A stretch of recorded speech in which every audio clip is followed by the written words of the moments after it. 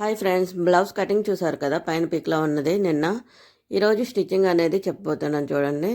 ముందుగా ఈ విధంగా కటింగ్ చేసుకొని లైనింగ్ని మెయిన్ క్లాత్ మీద రైట్ సైడ్ వేసుకొని, అంటే పై వైపున వేసుకొని ఈ విధంగా నెక్ ఏ విధంగా ఉండే డిజైన్ ఆ విధంగా స్టిచ్ చేసుకోండి. స్టిచ్ చేసుకున్నాక మనం ముందుగా రెడీ చేసుకున్న లటకన్ ఉంటుంది కదా, దాన్ని లైనింగ్కి మెయిన్ క్లాత్కి మధ్యలో పెట్టుకొని ఈ విధంగా స్టిచ్ చేసుకోండి. స్టిచ్ చేసుకున్నాక మళ్ళీ నెక్ని సేమ్ అదే విధంగా ఏ విధంగా అయితే మనం డిజైన్ కట్ చేసుకున్నామో ఆ విధంగా స్టిచ్ చేసేసుకోండి. ఈ విధంగా స్టిచ్ చేసుకున్నాక కింద నడును కూడా కుట్టేసుకోండి. ఈ విధంగా కుట్టుకున్నాక బ్లౌజ్ మొత్తాన్ని టర్న్ చేసేసుకోవాలి.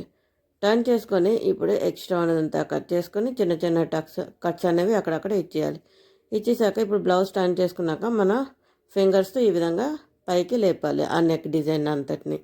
లేపి ఇప్పుడు ఏ విధంగా ఉందో డిజైన్ మళ్ళీ అదే విధంగా స్టిచ్చింగ్ అనేది మళ్ళీ పైనుండి ఇంకోసారి వేసేసుకోవాలి కార్నర్లో పడేటట్లు. ఓకేనా? ఈ విధంగా వేసుకున్న తర్వాత కింద నడుమును కూడా కుట్టేసుకోవాలి.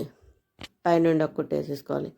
వేసుకున్నాక బ్యాక్ టక్స్ ఉంటాయి కదా, వాటిని కూడా కుట్టేసుకున్నాక బ్లౌజ్ నెక్ డిజైన్ అనేది రెడీ అయిపోయింది. ఈ నెక్ డిజైన్ అనేది ఎలా ఉందో తప్పకుండా ఒక కమెంట్ చేయండి ఫ్రెండ్స్. ప్లీజ్ ఫ్రెండ్స్, చూస్తున్నారు కానీ ఎవరో కమెంట్ చేయట్లేదు.